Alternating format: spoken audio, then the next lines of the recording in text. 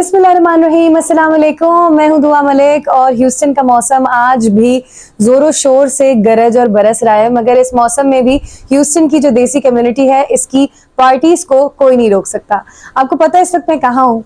मुझे बहुत इन्फैचुएशन होती है, मैं बहुत इम्प्रेस होती हूँ उन औरतों से जो कि पाकिस्तान में भी या दुनिया में कहीं भी अपना नाम रोशन करें, अपनी कम्युनिटी का नाम रोशन करें। क्योंकि एक औरत के पास संभालने को जब वो काम करती है तो सिर्फ उसका बिजनेस नहीं होता, उसके पास घर भी होता है, उसके पास बच्चे भी होते हैं, फैमिली भी होती है, जिम्मेदारी भी होती है। और क्योंकि मैं खुद उस सारे सफ़र से गुजर चुकी हूँ, मैं उन सारी ख़वातीन को बहुत अप्रिशिएट करती हूँ। मैं जब आई थी पिछले कुछ महीनों में, तो मैं सैलून ढूंढ रही थी अपनी सर्विसेज के लिए। हर लड़की एक अपना मखसूस एक सैलून और एक पॉइंट बनाती है ब्यूटी का, जहाँ पे वो जाके अपनी सर्विसेज लेती है। तो जब मैंने गूगल किया, मुझे बहुत सारे सैलून्स मिले। मैंने चूज़ किया आसमाज, और मैंने कहा कि चलो जाके देखते हैं, चेकआउट मारते हैं। चूज़ क्या किया, उस वक्त तो चेक ही करने गई थी। मगर जब मेरी अस्मा से मुलाकात हुई तो मैं बहुत खुश हुई और मुझे लगा कि जैसे मुझे कोई अपना सा मिल गया। और उसके बाद फिर हमारी मुलाकातें जारी रहीं, और उसकी जो ज़िंदगी का सफ़र था, जो उसकी सक्सेस की कहानी थी कि उसने ज़िंदगी में कितनी मेहनत करी और क्या क्या कुछ करके वो यहाँ तक पहुँची, मैंने कहा मैं वो सारी चीज़ें आप लोगों के साथ भी शेयर करती हूँ। इसके अलावा वो लड़कियाँ जो कि यूएसए में आने वाली हैं या सोच रही हैं, उनका जो पूरा एक प्रोसेस होगा, अगर वो ब्यूटी की लाइन में कुछ करना चाहती हैं, अगर वो सैलून की लाइन में कुछ करना चाहती हैं, तो उसका प्रोसेस क्या होगा। आसमा की सिर्फ करियर या सिर्फ उसके काम के हवाले से नहीं, उसकी पर्सनालिटी का भी इंटरव्यू आज हम करेंगे। उसके साथ बैठूंगी, गप्पे लगाऊंगी। आप लोग तो उसको शायद दूसरे तरीके से, किसी तरीके से देखेंगे, मगर मेरे लिए वो शहर में सगी बहनों से कम नहीं है। आ जाए, मिलते हैं। अच्छा, आज अस्मा ने जो है वो बेल कहाँ से बजती है भाई? आज अस्मा ने जो है वो अपने घर में पार्टी करी हुई है। ईद की पार्टी है और ईद के बहुत अरसे बाद है। यहाँ पे लोगों को उसी तरीके से टाइम मिलता है क्योंकि वो दिन रात कामों में मसरूफ होते हैं, और वो सुबह जाती है, शाम को वापस आती है, फिर उसके 3 बच्चे भी हैं, तो बहुत हेक्टिक हो जाता है। और मैं अस्सलाम वालेकुम। हसीन लग रही हो यार। तुम भी है, ब्लैक पहना हुआ है और क्या मेकअप किया हुआ है। आजे आजे आजे। अस्मा, आपका घर है, आप मेरे साथ आज सबको वेलकम करेंगी। अस्सलाम वालेकुम मेरे प्यारे भाई, चाय बना रहे हैं? ऑर्डर आया है। और मैंने कहा था कि ये है अस्मा के हस्बैंड, ये ना होते तो अस्मा भी कुछ नहीं होती। जैसे मैं कुछ नहीं कर सकती थी सुहेल के बगैर, वैसे शौहर का सपोर्टिव होना बहुत ज्यादा जरूरी है ना? Very important. अस्मा, घर दिखाओगी थोड़ा बहुत या बैठे जरा बातें करने? हमारा किचन है, हमारा लिविंग रूम है, बाहर बारिश हो रही है तो हम बाहर जाके आपको दिखा नहीं सकते। हम बैठते हैं इधर, जरा गप्पे लगाते हैं और चाय पीते हैं, ठीक है? कितने साल पहले यूएसए आई थी? मैं 20 इयर्स हो गए मुझे, 20 20 साल। साल। और 20 साल से बल्कि 20-21 साल हो गए ऑलमोस्ट। कैसा सफर था? बस स्ट्रगल थी काफी। हाँ बस आए और उस वक्त तो कुछ, मैं खुद 20 इयर्स की, हाँ। 2 बच्चे साथ में। बेटा मेरा ही वाज 3 एंड बेटी मेरी 1 साल की थी। तो बस फिर 1 साल की बेटी मुश्किल तो बहुत हुई होगी संभालने में, क्योंकि मैं भी आई हूँ बच्चों के साथ, तो बहुत मुश्किल है बच्चों वाली माओं के साथ यहाँ पे कुछ करना, है ना? Very very difficult. हाँ, शुरू के साल कैसे थे? शुरू के साल बड़े मुश्किल थे, लेकिन माशाल्लाह जुल्फी की फैमिलीज वगैरह थी, कजन्स वगैरह थे सब। हाँ। तो माशाल्लाह काफी हेल्प भी रही उनकी। हाँ। तो और अभी तक अल्हम्दुलिल्लाह है उन लोगों की सबकी हेल्प। जुल्फी के माशाल्लाह मामू थे। हाँ। वो हमेशा बोलते थे, मैं आई थी तो मैं अब अकेली हूँ, अपार्टमेंट में बैठी हूँ और उदास हूँ, और ना कि यहाँ बिल्कुल अलोन, बिल्कुल अलग है। हाँ। तो मामू आते थे और कहते थे कि ना बेटा, यहाँ अब सुबह जुल्फी तो सुबह गया शाम को आएगा। तो तुम्हें जो है वो अब बच्चों के साथ अब ड्राइविंग सीखनी है, यहाँ पे सब काम खुद करती हैं औरतें। तुम भी सीखो, सब वो करो।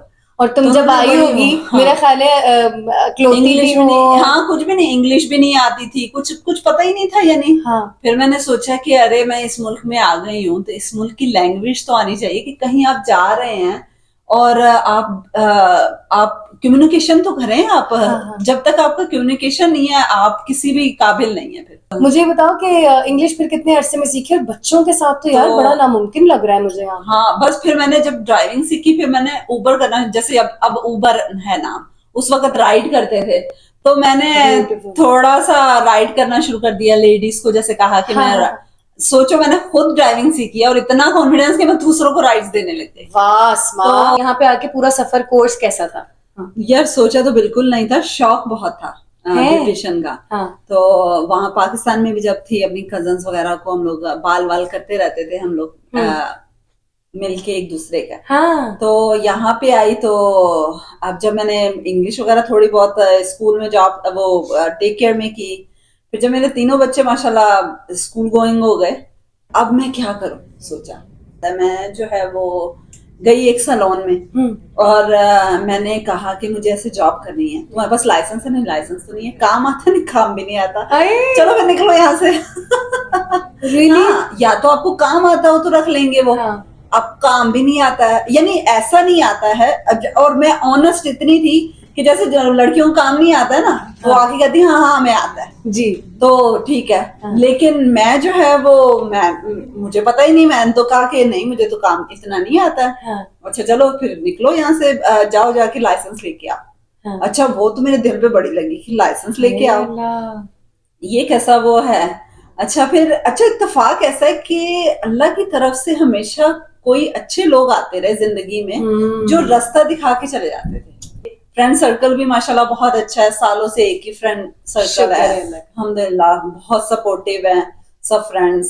तो उनमें ही एक लड़की मिली, उसने कहा कि तुम आजकल क्या कर रही हो? तो डे केयर मैं छोड़ चुकी थी उस वक्त। मैंने कहा मैं तो डे केयर छोड़ चुकी हूँ, अब भी कुछ दिन हुए लेकिन मैं बहुत बोर हो रही हूँ। और सोशल लाइफ मुझे बिल्कुल नहीं थी उस वक्त। ठीक है।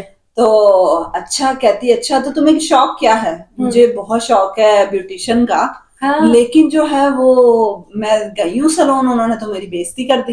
उन्होंने कहा कि चलो निकलो, ना तुम्हें काम आता है ना लाइसेंस है। अरे ये कैसे? तो कहती है अच्छा, तो कहती है तो फिर तुम ऐसा करो कि चलो कल चलते हैं किसी स्कूल, एक दो जगह जाके देखते हैं। मैंने कहा है, और वो थोड़ा सोशल पर्सन थी तो वो काफी हेल्प करती थी लोगों की। तो मैंने कहा अच्छा चलो ठीक है।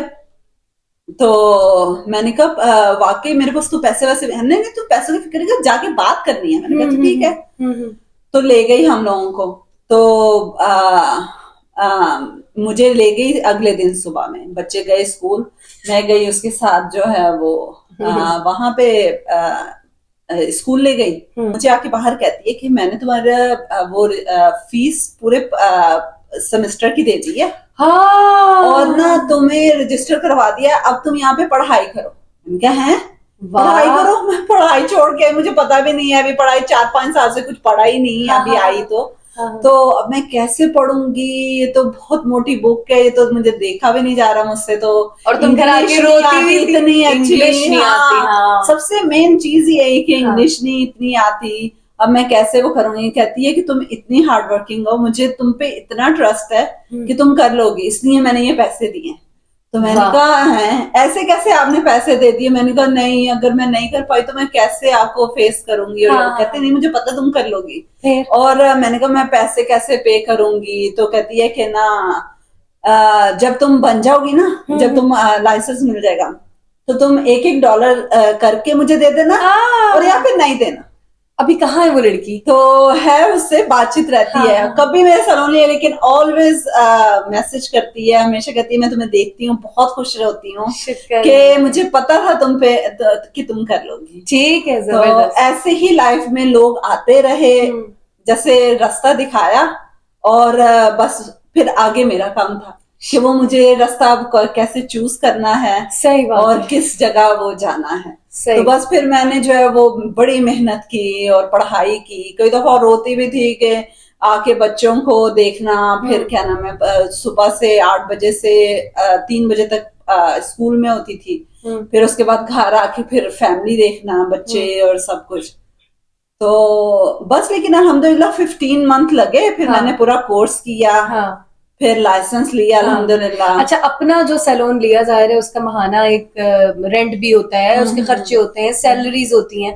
डर लगा था कि यार मैं ये कर भी पाऊंगी जब अपना बना रही थी तो? पता है अल्हम्दुलिल्लाह मुझे कभी भी डर नहीं लगा, मुझे हमेशा कॉन्फिडेंस रहा अपने पे कि मैं कर। किसने दिया ये कॉन्फिडेंस? पता नहीं, अल्लाह ताला की तरफ से मेरे उसमें। अभी भी सेम चीज है, मैं ये कर सकती हूँ, क्यों नहीं कर सकती, मैं ये कर सकती ये हूँ, होना क्यों नहीं कर चाहिए ना सकती? लड़कियों में। बिल्कुल, जो बहुत लड़कियां जरूरी वहां है। से आती हैं कहती हैं कि भाई जैसे मैं आ रही थी, मुझे बोला गया कि भाई ये सीख के जाओ, थ्रेडिंग सीख के जाओ, वो सीख के जाओ। मैं तो नहीं कर सकी, कुछ भी टाइम ही नहीं था, हबड़ दबड़ हुई उस वक्त। लड़कियों को क्या ट्रैक एक वहां से लेते हुए आना चाहिए, कोई कोर्सेज करके आने चाहिए कि यहाँ पे वो इस लाइन में आ सके? मुझे लगता है कि बिल्कुल अगर ब्यूटिशियन में आ रही हैं, इस फील्ड में आ रही हैं, तो वो जरूर कोर्स करके आए और यहाँ पे एक्सपेक्ट बहुत ज्यादा ना करें। अस्मा से मिलने के बाद ये एहसास हुआ कि औरत अगर चाहे तो अपना हर ख्वाब पूरा कर सकती है। शर्त सिर्फ इतनी है कि अल्लाह ताला का दामन थामे रखना होगा और इसके साथ साथ अपने शौहर के शाने बशाना चलना होगा। इसकी एक और शर्त ये भी है कि औरत को जुल्फी भाई जैसा शौहर भी चाहिए होगा, जो कि उसके ख्वाब पूरे करने में उसकी मदद करे, उसको सपोर्ट करे, उसको मोटिवेट करे और उसकी मेन ईगो कहीं भी बीच में रुकावट ना बने। अल्लाह ताला हम सब लड़कियों के नसीब बेहतरीन करे और हर उस माँ का ख्वाब पूरा करे जो कि अपने बच्चों का फ्यूचर सेफ और सिक्योर करना चाहती है। मैंने यूएसए में जो भी टाइम अस्मा के साथ स्पेंड किया, उसमें मुझे बहुत हिम्मत और हौसला मिला।